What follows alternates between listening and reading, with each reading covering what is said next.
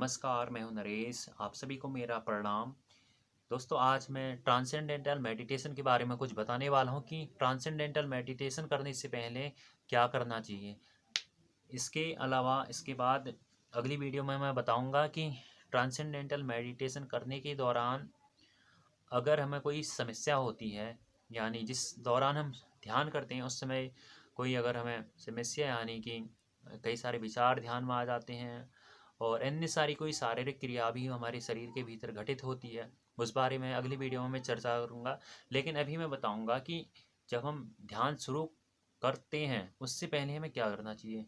देखिए दोस्तों, ध्यान की अलग अलग विधियाँ हैं। अब ये भी बात कर रहा हूँ मैं भावातीत ध्यान के बारे में। महर्षि महेश योगी जिसके पुनरुद्धारक हैं, जो हमारा यह भावातीत ध्यान है गुरु परंपरा से चला आया है। कहते हैं कि नारायणं पद्मभौम वसिष्ठं शक्तिं च तत्पुत्र पराशरं च व्यासं सुखम गौड़पदं महांतम गोविंद योगींद्र मथास्य शिष्यम। अब इस परंपरा के बारे में कभी विस्तार से हम चर्चा करेंगे। आखिर गुरु परंपरा है क्या। ये हमारे आदि गुरु जो हमारे शंकराचार्य जी हैं, ब्रह्मानंद सरस्वती जी गुरुवर हैं। अभी वो इस दुनिया में है नहीं, लेकिन हम उनको मन से मानते हैं, दिल से मानते हैं। उनके प्रति हमारा इतना लगाव है। 2-3 साल पहले हम उन्हें जानते भी नहीं थे, लेकिन जब से हमने ट्रांसेंडेंटल मेडिटेशन यानी भावातीत ध्यान शुरू किया तो उससे हमारे जीवन में काफ़ी कुछ परिवर्तन हुआ। हमने ध्यान सीखा तो ध्यान से हमें बहुत फ़ायदा मिला, और ध्यान को करते करते हमें कई सारे ऐसे अनुभव भी होते हैं जो जो असली ध्यान ही होता है, यानी जो नित्य ध्यान करता है उसे अनुभव होते होंगे अवश्य। जो भावातीत ध्यान करने के दौरान क्या क्या घटित होता है, हमारे भीतर क्या क्या परिवर्तन होते हैं।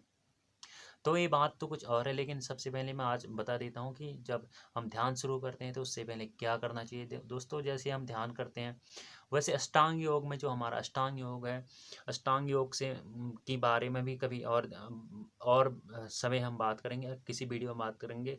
लेकिन भावातीत ध्यान भी एक अष्टांग योग का ही हिस्सा है, क्योंकि जैसे हम करते हैं ना यम नियम आसन प्राणायाम प्रत्याहार, जो 8 प्रक्रिया से गुजरना पड़ता है। इसीलिए भावातीत ध्यान करने के लिए कुछ साधारण आसन है वो महर्षि द्वारा बताए गए हैं, आप उनको देख सकते हैं। कोई मतलब ऐसी जगह ढूंढ लेनी है जहाँ एकांत हो।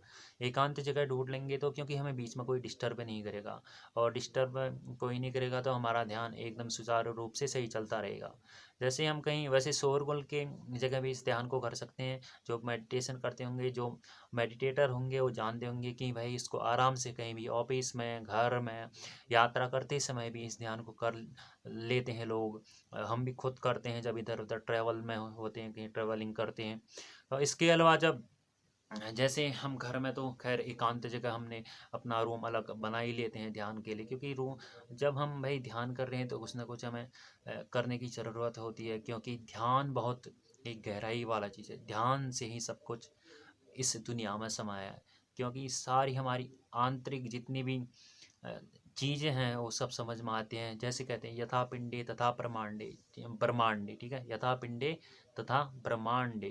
जैसा हमारा पिंड है वैसा ही ब्रह्मांड है, जैसा ये ब्रह्मांड दिखता वही हमारे भीतर है। क्योंकि जैसे जैसे हम ध्यान करते जाते हैं उसके अनुभव हमारे भीतर बढ़ते जाते हैं। लेकिन हमने ध्यान किया, भाई ध्यान सीखा, 5 दिन का हमने प्रशिक्षण लिया, और कुछ टाइम हमने कहा भाई अब हमने तो ध्यान से कोई फ़ायदा ही नहीं हो रहा है।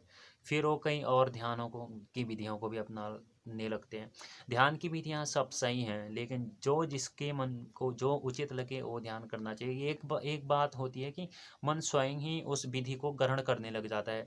जैसे मैं पहले अन्य बहुत सारे ध्यान कर रखे हैं मैंने भी, कई प्रकार से ध्यान। अब आपको पता ही होगा कौन कौन ध्यान प्रचलित हैं, लेकिन लास्ट में मुझे इस भावातीत ध्यान से बहुत ही आराम मिला, और मेरे मन और शरीर में जो परिवर्तन हुआ, मेरे विचारों में जो परिवर्तन हुआ।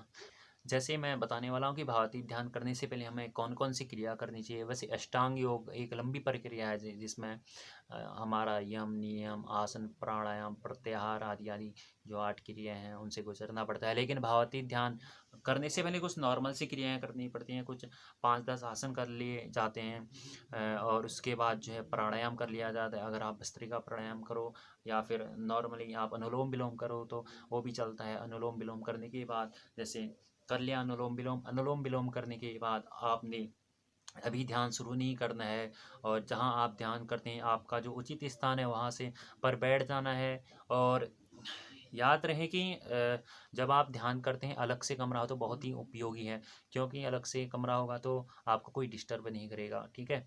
और उस रूम को बंद ही रखें जब आप ध्यान करते हैं, 15-20 मिनट उस रूम को बंद ही रखें। अगर आप सिद्धि करते हैं तो फिर एक अगला चरण होता है, वो बहुत लंबी प्रक्रिया हो जाती है। इसलिए नॉर्मली हम जो ध्यान करते हैं, जो जिन्होंने सिद्धि सीख रखी है वो सिद्धि भी कर सकते हैं, ठीक है। फ्लाइंग होता है एक, जो फ्लाइंग होता है अंतिम में होता है, जो उड़न मंत्र भी बोल सकते हैं, जो इसमें उड़न मंत्रों का प्रयोग करते हैं। जो इसको अभ्यासी होंगे वो जान सकते हैं कि इसकी वास्तविकता में शक्ति कितनी है, इसकी महानता क्या है। इसको जानने के लिए तो भाई हमें ध्यान करने की आवश्यकता है ही। अब जैसे कहा कि ध्यान करने से पहले हमें कुछ अनुलोम विलोम कर लेना चाहिए। उसके बाद जो है आप आराम से जैसे आंख बंद कर ली, आंख बंद करने के बाद कुछ लगभग आधे मिनट तक या 1 मिनट तक हमें आराम से बैठे रहना है। अपने मन को शांति, उस शांति की तरफ ले जाना है। आंखें बंद कर देनी है अपनी आधे मिनट, और लगभग आधे मिनट के बाद अपना मंत्र शुरू करना है, ठीक है।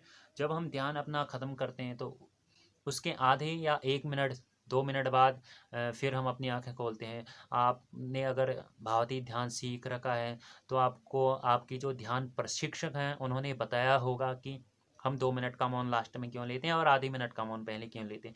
तो दोस्तों ये बात थी कि जब हम भावातीत ध्यान करते हैं तो ध्यान करने से पहले हमें क्या क्या करना चाहिए, और अभी मैंने थोड़ा सा इस वीडियो में बता दिया कि जैसे हम भावातीत ध्यान से क्या क्या परिवर्तन होता है। और अगली वीडियो में हम जानेंगे, अगर आपको जानने की इच्छा होगी। वैसे तो यूट्यूब में बहुत सारे आपको मिल जाएंगे, लेकिन एक बात बताऊं कि यूट्यूब का ज्ञान अलग है और आत्मचिंतन आत्मज्ञान अलग है, ठीक है। आत्मज्ञान कैसे होता है और ध्यान से ही होता है। आप ओशो को सुन लीजिए, किसी को भी सुन लीजिए, ठीक है। मैं ये नहीं कहता हूँ कि आप महर्षि को ही सुन लीजिए, ओशो को सुन लीजिए, जो भी वो ध्यान के बारे में बताते हैं। आप महात्मा बुद्ध, जो हमारे बुद्ध गौतम बुद्ध थे, गौतम बुद्ध को निर्वाण किससे प्राप्त हुआ? ध्यान से प्राप्त हुआ। उनको ज्ञान कहाँ से प्राप्त हुआ? ध्यान से प्राप्त हुआ, ठीक है। ऐसे ही हमारे इस वैदिक परंपरा सनातन धर्म में ऐसे कई जो ध्यानी हुए हैं, जिन्होंने ध्यान से, योग से, तप से अपने जीवन को सकारात्मक किया है, और अपने जीवन में आगे बढ़ते हुए अपने लिए और अपने समाज के लिए भी उन्होंने बहुत सारे कार्य किए हैं। आशा है कि ये वीडियो आपको अच्छी लगी हो। दोस्तों ज़रूर बताएं कि ये वीडियो कैसी लगी, और अगर आप मेरे से कुछ और ध्यान के बारे में पूछना चाहेंगे तो मैं ज़रूर बताऊंगा। हालांकि उसकी कुछ गोपनीयता होती है जो मैं यूट्यूब के माध्यम से नहीं बता सकता हूँ। मैं यही कहूँगा कि आपने जिससे ध्यान सीखा है, जो आपके ध्यान पर शिक्षक हैं, उनसे पूर्ण जानकारी आप ले सकते हैं कि भाई ध्यान के दौरान ये हमारे सी भीतर हो रहा है तो क्या करें। वैसे हम भी बता सकते हैं, ऐसा कोई दिक्कत नहीं। कोई कॉन्टैक्ट नंबर होगा बाद में मैं आपको कभी दे दूंगा कि ध्यान के दौरान अगर ये आपके साथ घटित होता है तो हमें क्या करना चाहिए, एक सही सही विधि क्या होनी चाहिए। तब तक के लिए नमस्कार, जय गुरुदेव।